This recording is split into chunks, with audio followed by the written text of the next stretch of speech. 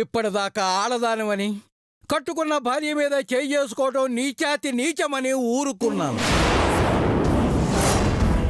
కానీ నా కోడలకి అన్యాయం చెయ్యాలని చూస్తే ప్రాణం తీస్తానే, ప్రాణం తీస్తానే.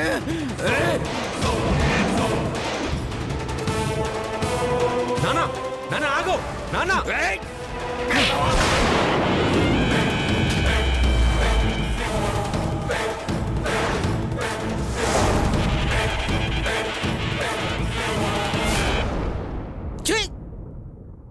నువ్వు అసలు మొగాడివేనట్రా?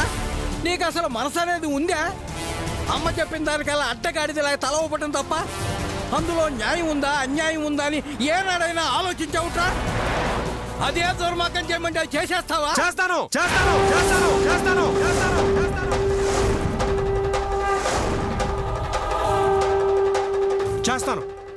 చెయ్యాలి.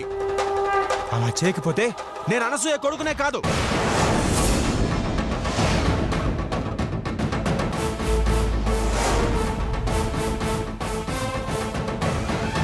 అంతవరకు వస్తే తల్లి మాటనని ఏ అదవా కొడుకు కాదు.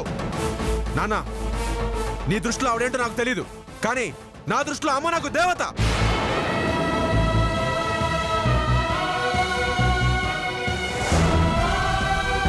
ఆవిడ ముందు తల వంచడం, ఆవిడ చెప్తే తల తెంచడమే నాకు తెలుసు.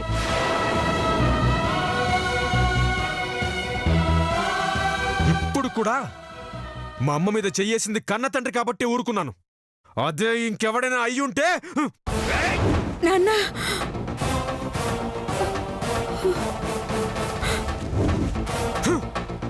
చూడవే, ఒక్కసారి చూడవే వాడికి నీ మీద ఉన్న ప్రేమ. నిన్ను ప్రాణంగా ప్రేమించే నీ కొడుకు నీ కోసం వాడి జీవితాన్ని నాశనం చేసుకుంటున్నాడే.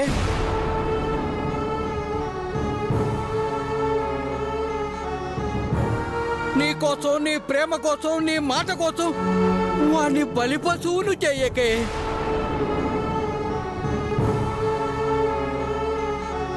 నీ పగ కోసం వాడి భవిష్యత్తుతో ఆడుకోకే. నీకు 2 చేతులు ఎత్తి మొక్కుతాను అనసూయ. దయచేసి ఆ మధుమతిని తీసుకురా అనసూయ. మధుమతి రాదు.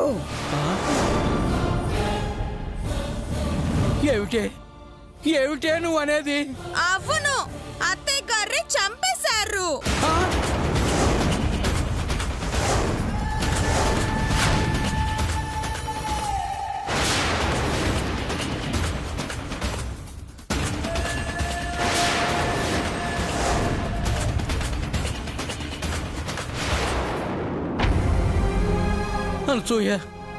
అనసూయ, ఏమిటే వాళ్ళు అంటున్నది? మన కోడలు మధుమతిని నువ్వు చంపేశావా?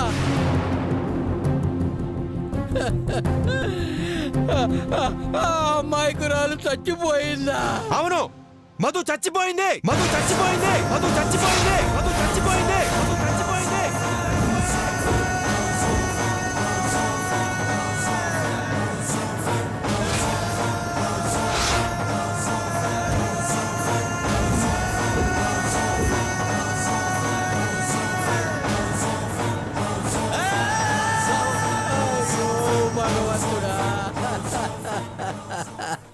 అయ్యో భగవంతుడా, ఏమిటి ఘోరం?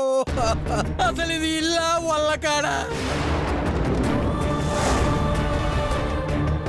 వీళ్ళు అసలు మనుషులు పీకు తినే నరరూప రాక్షసులా?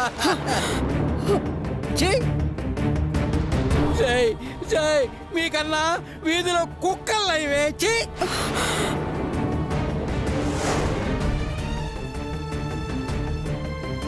మీలాంటి నరరూప రాక్షసుల్ని, హంతకుల్ని అంత తేలిగ్గా వదిలిపెట్టకూడదే. నేను ఇప్పుడే పోలీస్ స్టేషన్కి వెళ్ళి నిజం చెప్పేస్తా. మిమ్మల్ని అందరినీ కోర్టుకి ఇడిచి ఉరిశిక్ష పడేలా చేస్తాను. పాపాత్మురాలా, అది కాదండి. చంపేస్తాను. ఎక్కువ మాట్లాడావంటే ఆ నాలిక కోసేస్తాను. అసలు ఇదంతా నీ వల్లే కదా జరిగింది. ఆ రోజు గూడిలో నీకేం చెప్పాను? నా కోడల స్థానం దానికి వదిలేయమని చెప్పానా లేదా?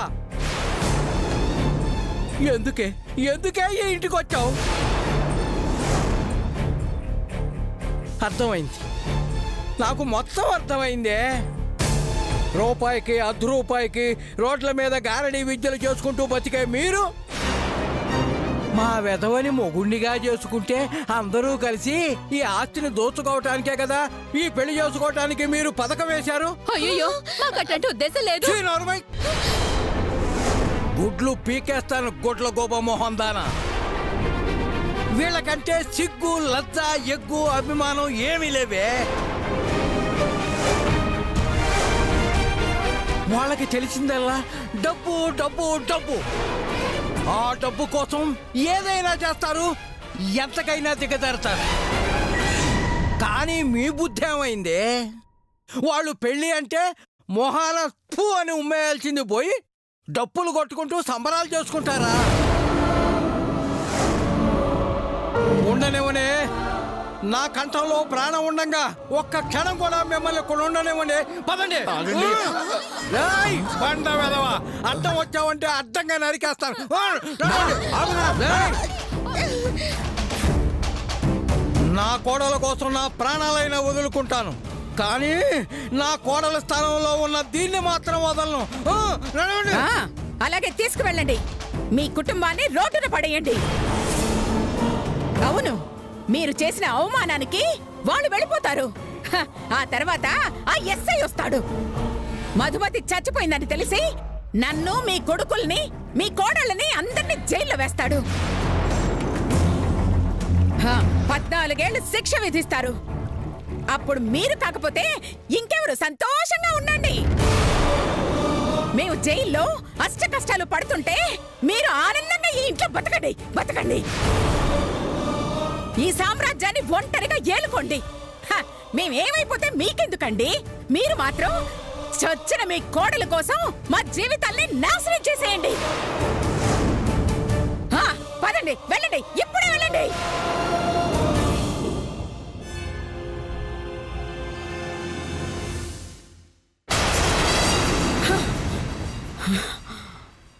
నేను నీ అంత దుర్మార్గుని కాదనసూయ. కసాయివాడిలాగా కన్న కొడుకు జీవితాన్ని, కోడళ్ల భవిష్యత్తుని నాశనం చేయటానికి. కానీ ఒక్క మాట అనసూయ, 25 ఏళ్ల క్రితం ఇలాగే ఒక అమాయకురాలి జీవితాన్ని బలి తీసుకున్నావు.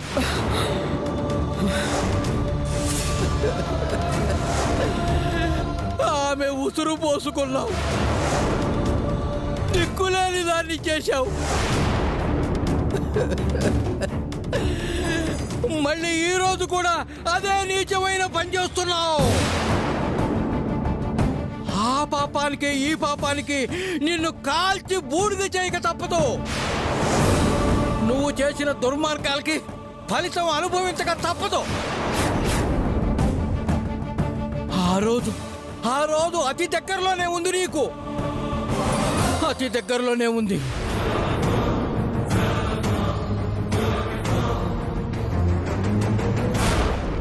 ఈయనకు చెప్పినందుకు పంతులు గారి తిత్తి తీయాలరా.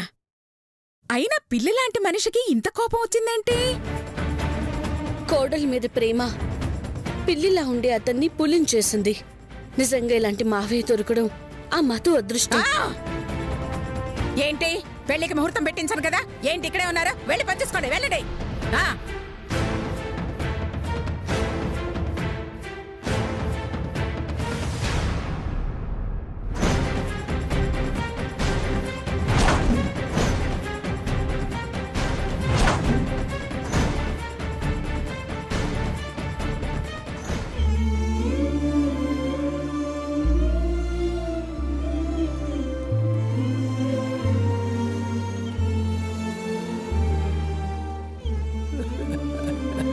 పాపం, పిల్ల పాపలతో ఈ ఇంట్లో 10 కాలాల పాటు ఉంటుంది అనుకున్నాను. ఇలా అర్ధాంతరంగా దూరం అయిపోతుంది అనుకోలేదు. ఆ దేవుడికి కూడా న్యాయం లేకుండా పోయింది.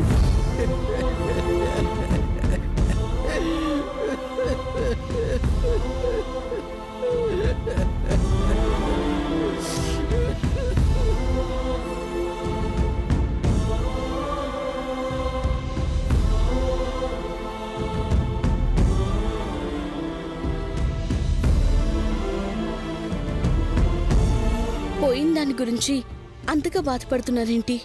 చూడు, నేను అసలే బాధలో ఉన్నాను. దయచేసి నా ఏడుపేదో నన్ను ఏడవనివ్వండి. మీకు కావాల్సింది ఆశ కాబట్టి సంతోషంగా వెళ్ళి అనుభవించండి. నా తోలికి మాత్రం రావద్దు. వెళ్ళండి, ఇక్కడి నుంచి వెళ్ళండి, పోండి. మీ కోడలంటే మీకు అంత అభిమానమా? మధుమతిని నేను కోడలుగా అనుకుంటే ఈ కన్నీళ్లే వచ్చేవి కాదు. నా కూతురు అనుకున్నాను కాబట్టే ఈ కన్నీళ్ళు వస్తున్నాయి. మావయ్య గారు, వద్దమ్మా, దయచేసి నన్ను అలా పిలవకు. అలా పిలిచే అర్హత నా కోడలు మధుమతికి తప్ప మరెవరికీ లేదు. అర్హత ఉంది కాబట్టి పిలిచాను మావయ్య గారు. ఏమిటమ్మా నువ్వు అనేది? మీ కంట కన్నీరు చూసి నా కళ్ళు చెమ్మగిల్లాయి అంటే నేనెవరు ఇంకా అర్థం కాలేదా మావయ్య గారు?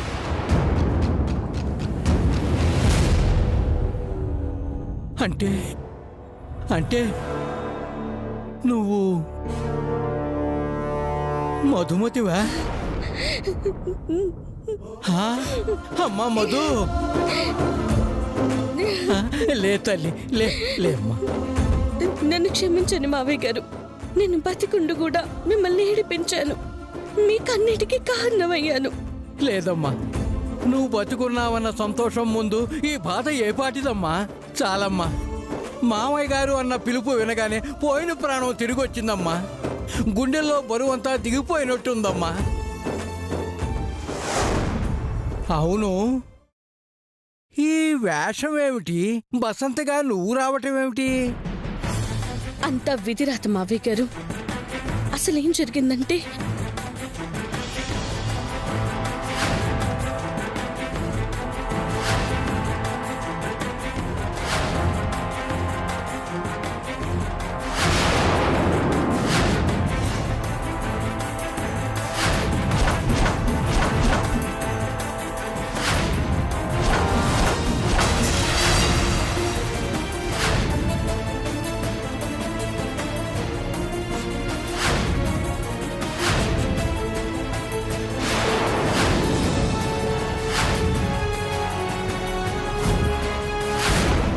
అలా వదిన సహాయం వల్ల ఇంత దూరం రాగలిగాను. వీళ్ళిద్దరు ఎవరు? మీ కూతురులాంటి కోడల కోసం వచ్చిన నీ కూతురు కౌసల్యం నాన్నగారు. ఆ? అమ్మా కౌసల్య, నువ్వా? అవును మామయ్య గారు. మధుమతికి అండగా ఉండడానికి నేను మీ అమ్మాయి తన అమ్మ నాన్నలుగా వచ్చాం. చాలా సంతోషంగా ఉంది అల్లుడు గారు. తన తమ్ముడి కాపురం నిలబడటానికి, నా బిడ్డ చేసిన సహాయానికి నేను గర్వపడుతున్నాను. నా కుటుంబం కోసం మీరు పడుతున్న శ్రమకి, తాపత్రయానికి ఆనందపడుతున్నానమ్మా. పదమ్మా మధు, పద. ఎక్కడికి మావయ్య గారు? వద్దమ్మా, ఈ రాక్షసుల మధ్య నువ్వు ఉండకూడదు. ఎక్కడైనా క్షేమంగా ఉంటే నాకు అదే చాలు. నువ్వు పుట్టేటికి వెళ్ళిపో, తక్షణం వెళ్ళిపో. వెళ్ళమ్మా, నా మాట విను. మావయ్య గారు, నన్ను క్షమించండి మావయ్య గారు. నాకు నా ప్రాణాలే కావాలనుకుంటే వీళ్ళందరి మీద కేసు పెట్టి శిక్ష వేయించి ఎక్కడో ఒక చోట ప్రశాంతంగా ఉండేదాన్ని. కానీ ఇది నా కుటుంబం, వీళ్ళంతా నా వాళ్ళు, నా అత్త, నా భర్త, నా తోటి కోడళ్ళు. నేనిక్కడే ఉండాలి, చచ్చేదాకా వీళ్ళతోనే కలిసి బతకాలి. అలా ఉంటేనే నాకు, నా కన్న వాళ్ళకి గౌరవం. కాదని నా స్వార్థం నేను చూసుకుంటే నా జీవితానికి అర్థమే ఉండదు మావయ్య గారు. అందుకే బసంతి అవతారం ఎత్తాను. వీళ్ళలో ఉన్న చెడుని కడిగేస్తాను, మనుషులు విలువేంటో తెలిసేటట్టు చేస్తాను. మృగాల్లా ఉన్న వీళ్ళని మనుషుల్లా మారుస్తాను మావయ్య గారు. అయ్యో, మీ అత్తయ్య గురించి నీకు తెలియదమ్మా. నా పెళ్ళైన దగ్గర నుంచి దాన్ని అతి దగ్గరగా చూసిన వ్యక్తిని నేను. అది పరమ నీచురాలు. డబ్బు కోసం బంధాలు, బంధుత్వాలు కూడా మర్చిపోయే మురుగురాలమ్మా. ఆస్తి కోసం అయిన వారిని కూడా అంతం చేసే దుర్మార్గురాలమ్మా. స్వయంగా నా చెల్లెలు, బావని మోసం చేసి, ద్రోహం చేసి వాళ్ళ జీవితాలని నాశనం చేసిన పరమ కిరాతకురాలమ్మా మీ అత్త. అది చేసిన అక్రమాలు అన్యాయాలు నా కళ్ళ ముందు కదలాడుతూనే ఉన్నాయమ్మా.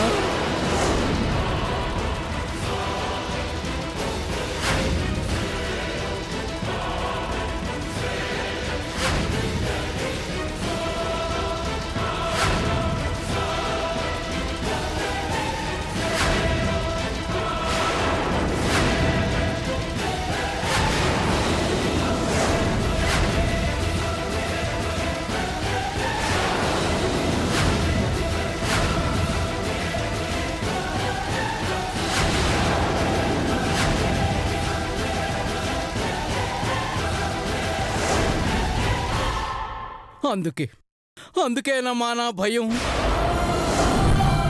దాంతో నువ్వు గెలవలేవమ్మా. నువ్వు నిండు నూరేళ్ళు బ్రతకాలి. నా మాట విని, పెద్దవాడిగా నా మాట విని వెళ్ళిపో అమ్మా. ఈ ప్రేమ, ఈ అభిమానం చాలు మావయ్య గారు. నాకే ఆపద రాకుండా కాపాడడానికి మీ ఆశీస్సులు చాలు మావయ్య గారు. నాకు శ్రీరామ రక్షగా ఉండడానికి, నాకే అపాయం కలగకూడదనే మీ సంకల్పం చాలు మావయ్య గారు. అన్ని దిక్కుల నుంచి నన్ను సంరక్షించడానికి. నా గురించి మీరు భయపడకండి. ఈ ఇంటి నేను వదిలి వెళ్ళడం అంటూ జరిగితే అది నా ప్రాణం పోయాకే. ఈ మధుమతి బతుకున్నంత వరకు మీ కంట్లో కన్నీళ్లు రాకూడదు మావయ్య గారు. సరేనమ్మా, నువ్వింత ధైర్యంగా ఉంటే నేను మాత్రం ఎందుకు కాదనాలి? ఇక నుంచి నీ ప్రతి అడుగులో నేను తోడుంటానమ్మా. నీ అత్త దయ్యానికి, దాని రోగం కుదర్చడానికి నీ చేతిలో మంత్రదండలా ఉంటాను. మనందరం కలిసి దాని ముక్కుకు తాడేసి లాగుదామమ్మా. ఇంకేంటి, మన పార్టీలోకి మా నాన్నగారు కూడా చేరిపోయారు. ఇక చిచ్చరి పిడుగులా రెచ్చిపోమ్మా మధు. అవును సిస్టర్, ఇక కథలో స్పీడ్ పెంచుదాం. మన అత్తకి పట్టపగలే చుక్కలు చూపెడతాం. మన పనులతో పిసనారత్తకి పిచ్చెక్కించేలా చేద్దాం అన్నయ్య.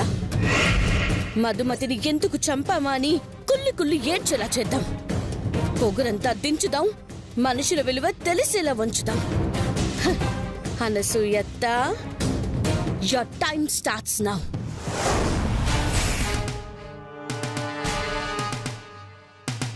ఏంటి సార్, పోలీస్ స్టేషన్ మార్చారా? లేదురా, ఇంటినే పోలీస్ స్టేషన్గా మార్చాను. ఎందుకు మార్చారు సార్? ఒక్క లెటర్ నా జీవితాన్ని మార్చేసింది. దానికోసం నా స్టేషన్ మార్చాల్సి వచ్చింది. ఇంకెంతసేపు నిలబడాలి సార్? రేయ్, ఎస్ఐ నేనే నిలబడ్డా. ఆఫ్టర్ ఆల్ క్రిమినల్ గాడివి, నిలబడా.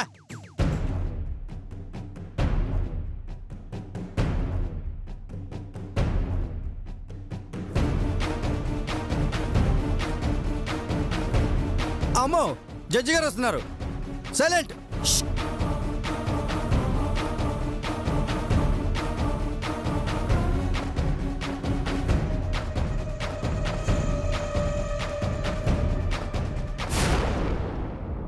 Order order order. ఇడ్లీ చెప్పమంటారా, దోశ చెప్పమంటారా? నీ బొందా మేడం, ఆర్డర్ ఆర్డర్ అంటే సైలెంట్ గా ఉండమని, అంతేగాని ఇడ్లీ దోశ ఆర్డర్ కాదు. ఓ, అర్థమైంది సార్. ఎస్ఐ గారు, ఈవిడెవరు? బెడ్షీట్ కప్పుకొని వచ్చిందేంటి? ఇది బెడ్షీట్ కాదు తల్లి, న్యాయమూర్తి కోటు. అంటే అది నల్ల కోటు, మీరు జడ్జా?